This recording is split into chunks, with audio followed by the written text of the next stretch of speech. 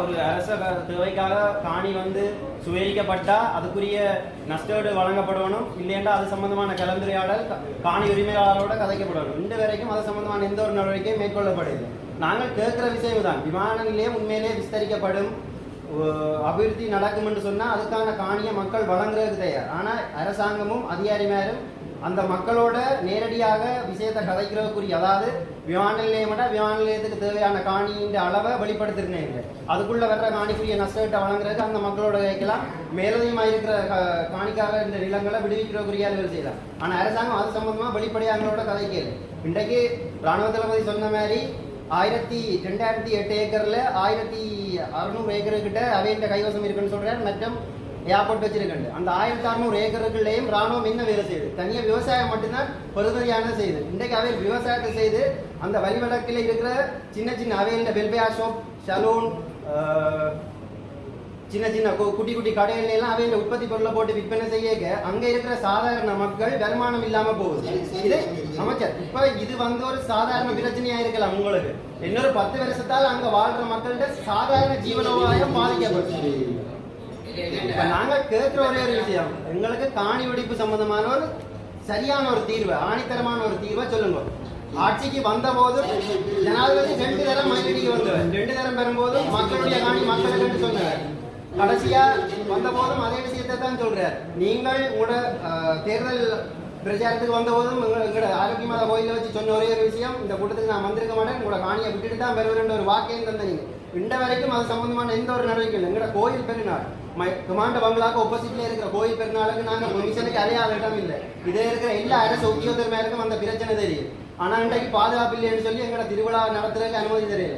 ராணுவ தளபதிகிட்ட நான் இந்த இடத்துல ஒரு விஷயம் கேட்கிறேன். பலாலி சந்தியில 1000க்கும் மேற்பட்ட மக்கள் கூட்டி ஒரு வெசாக் கொண்டாடினது. அதுல இல்லாத பாதுகாப்பு நாங்க ஒரு 500-1000 பேர் சேர்ந்து ஒரு கோயில் திருப்பலியை செய்யறதால என்ன பாதுகாப்பு குறைவாக வருகிறது. ஏன்னா எங்களுக்கு இதை விட உயரிய சபை எங்கேயும் கிடைக்காது. யாழ் மாவட்ட ஒருங்கிணைப்பு குழுவில் இருக்கிற தயவு செய்து வழிவடக்கு மக்களை எங்களை அவமதிக்க வேண்டாம்னு கேட்டுக்கொள்கிறேன். ஏதாவது தவணை சொல்லல எங்களுக்கான நேரம் பெற மட்டும் காத்திருக்க சொல்லி காத்திருந்தேன். எங்களுக்கு அது சம்பந்தமான ஒரு காலக்கெடு வேண்டான்னு சொல்லுங்க. நீங்க நிலம் இந்த வரைக்கும் 36 வருஷத்துக்கு மேல சனம் காணி விழா இது இல்லாம இருக்கோம். இன்றைக்கு எங்க அம்மா அப்பா இறந்தா பிறகு எனக்கு அந்த காணியக்காரருக்கு யார் இருக்காங்க.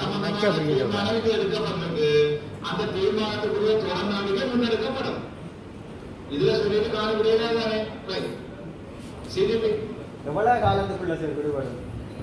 எங்களுக்கு சரியான முறையில் இருக்க ஒரு தகவலை வழங்க சொல்லி கேட்கணும். இதை விட எங்களுக்கு வேற இடம் இல்லை. இதை மீறி போனா நாங்கள் போராட்டம் செய்யறத தவிர வேற வழி இல்லை. மக்களை போராட்டத்தில் தங்க வேண்டாம் என்ற ஒரு மனநிலையோட இந்த விஷயத்தை நான் கேட்டுக்கொள்ளும். அமைச்சர் உதவியாளர்களாக வந்து சொல்லிட்டு போற மீட்டிங் உங்களை சந்திக்க மாட்டேன். நான் கேட்டது வந்து உயரிய இந்த மக்கள் சபையில மக்களுக்கு முன்னாலே ஒரு விஷயத்தை கேட்டேன். நீங்க இதுல சொல்றதான் அமைச்சர் சரியான ஒரு பதில். என்ன முடிய சந்திக்க சொல்லி உங்களோட பிரதிநிதி வந்து என்கிட்ட சொல்லிட்டு போறேன். அப்ப அது சம்பந்தமா என்ன விஷயம், அது சம்பந்தமா நீங்க கதைக்க போறீங்கன்ற விஷயத்தை இதுலயே சொல்லுங்க. எங்களோட பிரச்சனை இதை தவிர போற எங்கேயும் கதைக்கப்படாது. நீங்க தனியா கூப்பிட்டு என்ன கதைக்கிறேன்னா அது வந்து என்ன மிரட்டுற சம்பந்தமான விஷயமா தான் நான் எதிர்பார்ப்பினதை தவிர தீர்வு தர்ற விஷயமா இருக்காது. தீர்வு தரக்கூடியதா இருந்தா இந்த இடத்துல நீங்க சொல்லலாம். உங்களோட ஆளுமை குறைபாடு அமைச்சர், உண்மையில நீங்க ஒரு உரிய முறையில் எங்களுக்கு பதில் சொல்ல முடியலைன்னா உங்களோட ஆளுமை குறைபாடுன்னு நான் சொல்லி இந்த இடத்துல இருந்தேன். ஆனா வழிவடக்குல நாங்க இனி தொடர்ச்சியா போராட்டம் மட்டும்தான் செய்யலாம்னு நினைக்கிறேன். யாருமே எங்களை கண்டுகொள்றீங்க இல்ல, போராட்டத்தோட தான் மக்கள் இனி சந்திக்க வேண்டியது.